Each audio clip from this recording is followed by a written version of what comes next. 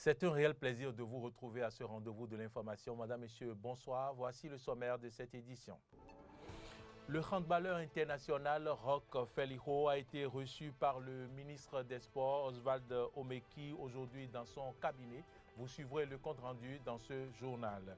La douane béninoise avec ses partenaires Web Fontaine et Bénin Control ont organisé hier une rencontre d'échange avec les commissionnaires agréés en douane et les opérateurs économiques.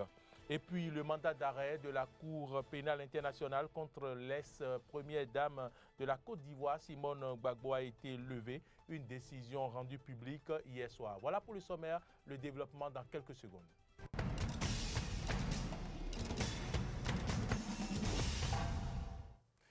Merci donc à toutes et à tous pour l'attention et bienvenue dans ce journal. Le ministre des Sports, Oswald Omeki, a reçu aujourd'hui dans son cabinet le handballeur Roch Felijo. Il est venu présenter ses projets pour son pays dans sa discipline après 20 ans de carrière professionnelle à l'international à Nantes, en France. Le point avec Aristide Setin et Denis Marouya.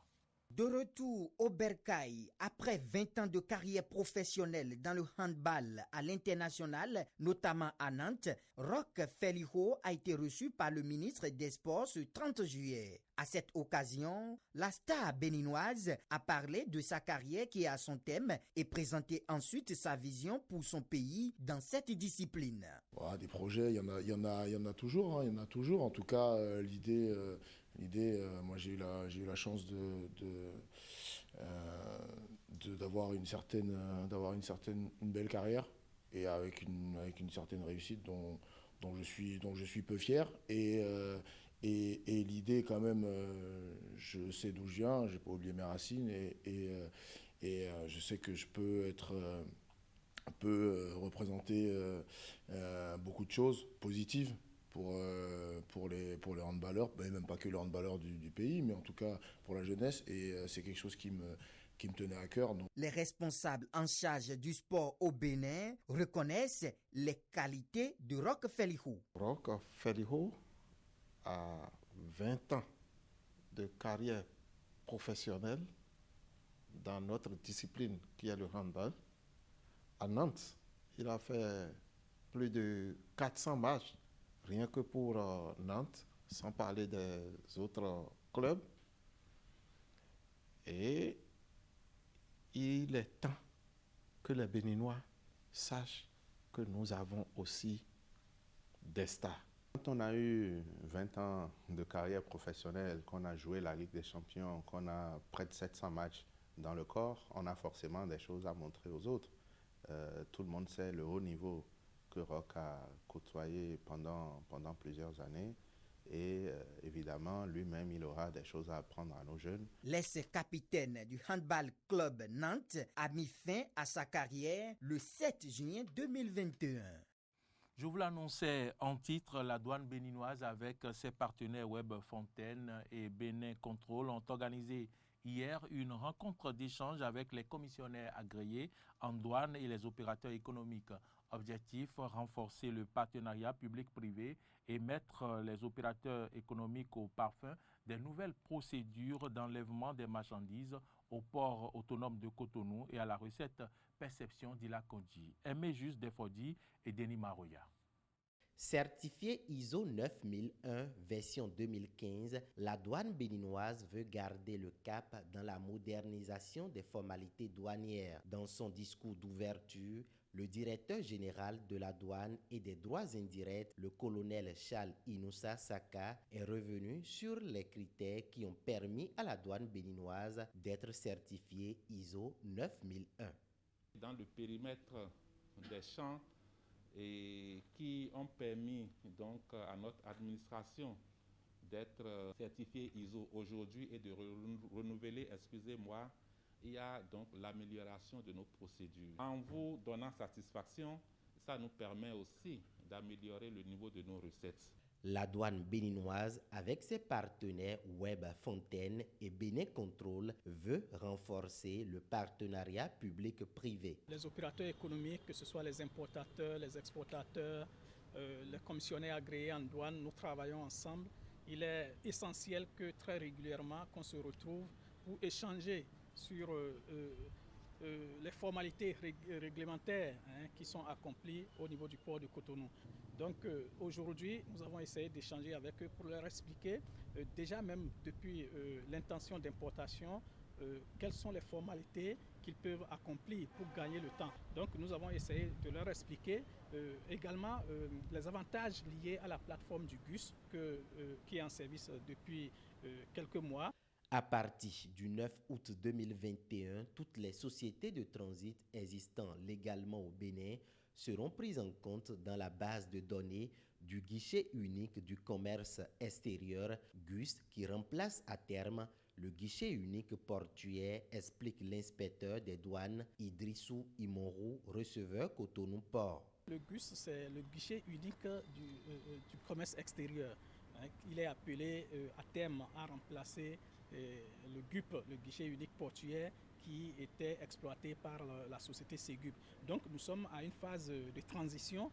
Aujourd'hui, c'est vrai que tous les deux systèmes fonctionnent ensemble. D'ici décembre, je crois que toute la formalité de bout en bout va être faite via le GUS. Jude Fagbemi, secrétaire général de la Fédération béninoise des commissionnaires agréés en douane, FEBECAD, est satisfait de la séance. Nous constatons déjà le changement au niveau des opérations douanières, surtout en termes de célérité. En temps, vous-même vous savez qu'on faisait même parfois plus d'une semaine pour enlever une marchandise au port. Aujourd'hui, au port au niveau des autres frontières, bien sûr. Aujourd'hui, en 24 heures, maximum 48 heures, vous avez la main levée sur vos marchandises. Désormais, les dirigeants d'entreprises de transit peuvent suivre l'évolution des procédures d'enlèvement de leurs marchandises de n'importe quelle position. C'est à travers un logiciel dénommé WebTrader.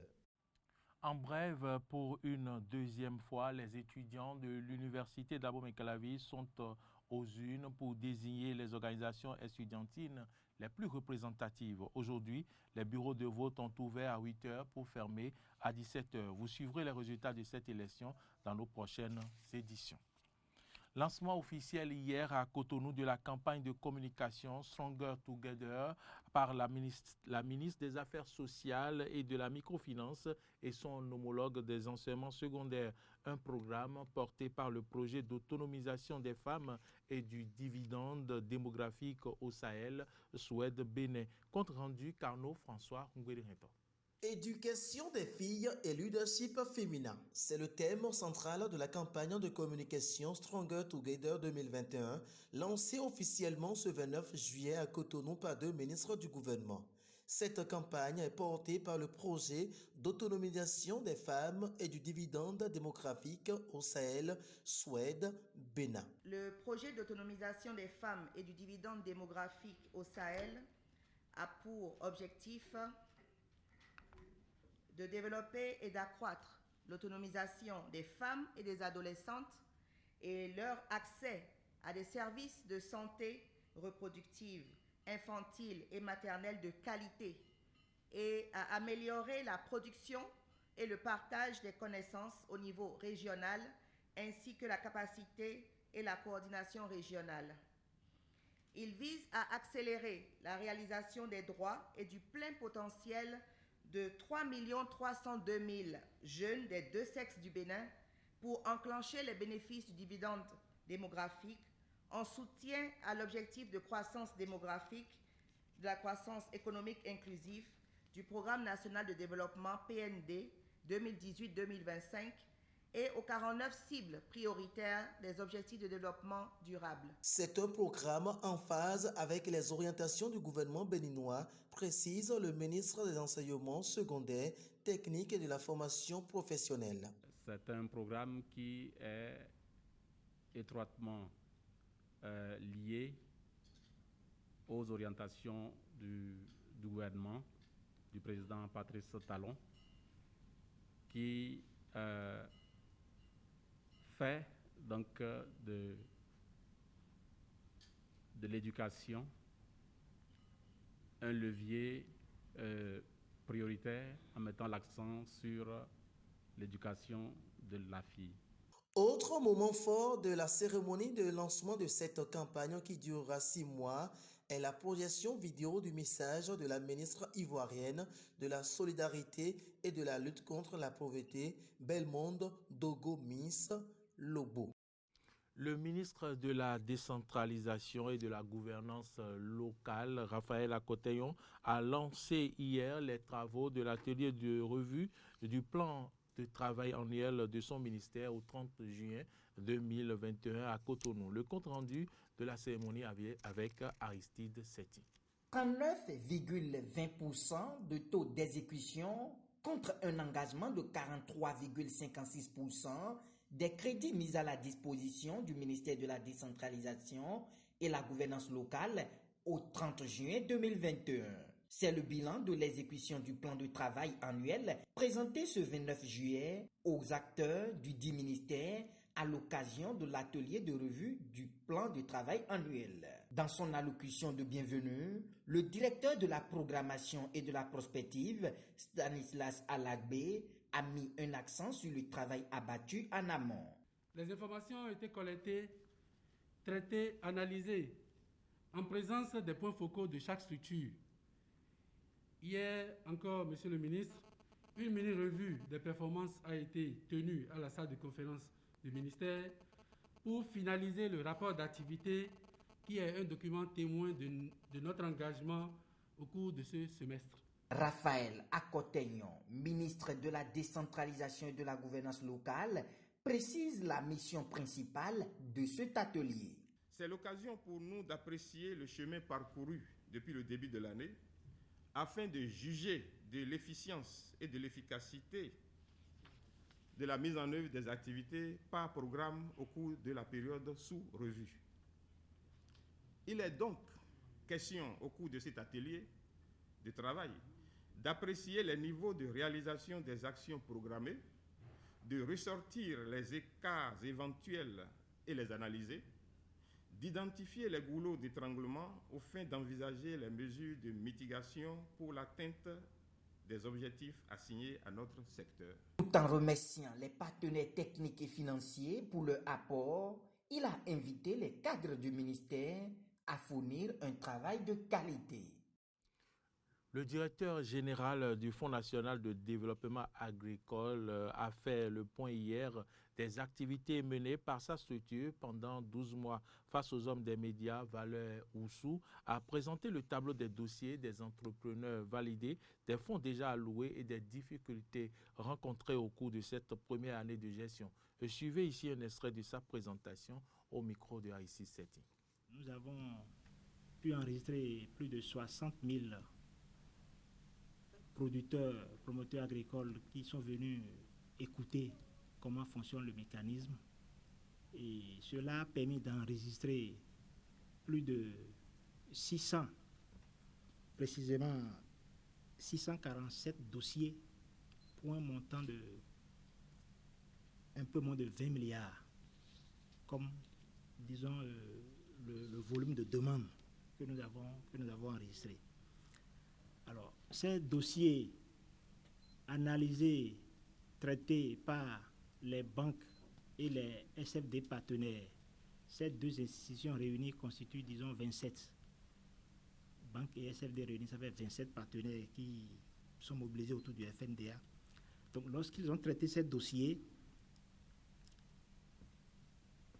nous sommes aujourd'hui à un nombre très réduit de dossiers qui ont pu franchir, disons, qui ont pu aboutir au financement. Donc, au jour d'aujourd'hui, nous avons 54 projets qui ont été financés pour un montant de 4,5 milliards. L'État, à travers le FNDA, garantit les prêts à hauteur de 50%. Nous n'avons pas dit que nous prenons en charge la garantie à 100%. On n'a jamais dit ça dans nos communications. Mais il s'est fait que lors des échanges, des contacts, des sollicitations des prêts, les bénéficiaires ont monté leur dossier et puis ça y est. Donc, il faut que ces bénéficiaires, disons, fassent l'effort de faire l'effort nécessaire. Population et forces armées béninoises étaient ensemble hier à l'état-major général des armées à Cotonou. Réunis au cours d'une messe entrant dans le cadre des festivités du 1er août 2021, ils ont porté le Bénin dans leurs prières. Frédéric Espoir Oumambou et Damien Pedro pour le compte-rendu. Communier ensemble dans le bon esprit pour le développement, la paix et le pain. C'est ce qui a motivé cette messe à laquelle ont été conviés l'armée et la population béninoise ce jeudi au camp Guézo de Cotonou. Une initiative qui entre dans le cadre de la célébration du 1er août et qui rappelle les 60 ans d'anniversaire de l'armée béninoise. C'est à ce titre que le chef d'état-major général des armées, l'amiral Patrick Fructueux-Haro, appelle les uns et les autres à suivre les pas du Christ. Ce sacrifice que nous devons faire est très important. Christ également l'a fait pour pouvoir nous réconcilier avec Dieu. Et le gouvernement parle de réconciliation. Nous devons nous réconcilier avec nous-mêmes et avec tous ceux qui nous entourent, afin qu'au niveau du Bénin, nous soyons un et que notre armée soit puissante pour pouvoir défendre ce territoire contre tout fléau, fléau de tout genre. Et j'ajouterai, si le divin a une nature qu'on appelle la justice, que la justice également soit notre leitmotiv. Le ministre de la Défense aussi n'est pas allé par 4 chemins pour appeler les hommes en charge de la sécurité publique à avoir de bonnes habitudes et plus particulièrement la bonne gestion des hommes et des ressources mises à leur disposition. C'est de pareils comportements que vient le développement, dira-t-il avant d'ajouter ce qui suit. En ce jour où l'armée béninoise fête ses 60 ans, le dernier mot que je veux dire en tant que membre du gouvernement, c'est la loyauté absolue à la patrie qui passe par la loyauté aux intérêts de ceux qui ont la charge de conduire à ce jour la destinée de notre pays, notre cher beau pays, la République du Bénin. Prière. Nous te présentons notre nation, le Bénin. Nous te présentons toutes les autorités, depuis le premier magistrat. Exhortation, chant d'allégresse et danse, rien n'a été mis de côté au cours de cette célébration entre l'armée et la population béninoise. En interactualité, la Cour pénale internationale lève son mandat d'arrêt international contre l'ex-première dame de Côte d'Ivoire. Simone Gbagbo est désormais libre de tout mouvement. Une décision prise depuis le 19 juillet et rendue publique plutôt hier soir. Le mandat d'arrêt a été émis il y a 6 ans, mais les autorités ivoiriennes refusaient de livrer l'ex-première dame. C'est à la demande du nouveau procureur de la juridiction, Karim Khan, que le mandat d'arrêt international contre Simone Gbagbo a été levé. La CPI ordonne aussi la notification de cette décision à tous les États qui ont été saisis de la délivrance de ce mandat d'arrêt. Autre information avant de clôturer cette édition en France, parmi les consignes ou les restrictions qui font grincer les dents, le pass sanitaire. Mais avant sa généralisation le 9 août, plusieurs bars et restaurants ont décidé de tester la mesure. Suivez ce reportage. Je vais prendre le pass sanitaire en... Tenez. Hop, je sais pas si avec la lumière ça passe. Les premiers ajustements. Un reflet sur le portable qui sème le doute. Voilà, tout à fait. Très bien, madame, merci beaucoup. Je vous en prie. Mais finalement, les voyants sont au vert, l'accès au restaurant est autorisé. Ah oui, ça ne me pose pas de problème. De toute façon, on est vacciné depuis le mois de juin, donc pour nous, il n'y a aucun problème. Mais au moins, c'est une sécurité, donc il n'y a pas de souci. Le restaurant Émile et Lola de l'hôtel Mercure, situé en plein cœur de la ville de Metz, se prépare depuis le lundi 26 juillet à l'instauration d'une règle qui va changer la vie de nombreux clients et employés à partir du 9 août. Se faire vacciner, se faire tester, puis contrôler. Prendre un repas ou un verre deviendra donc plus compliqué, mais les restaurateurs veulent te croire à un renouveau après plus d'1 an de souffrance. Déjà, la liberté, pour nous, c'est de servir. Avant, on était obligé de fermer dans les cadres de confinement. Donc pour nous, le pass sanitaire, c'est plutôt une ouverture et une action de liberté. Alors après, nous ne souhaitions pas contrôler les cartes d'identité parce que ce n'est pas notre métier. Et puis on a plutôt un métier d'hospitalité, de discrétion habituellement.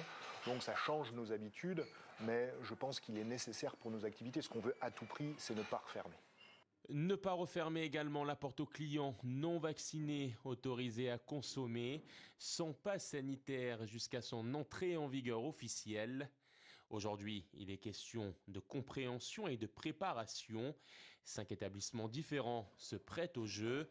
Bar à cocktail, bar à bière ou encore un restaurant à forte densité de clients comme la crêperie Le Saint-Malo.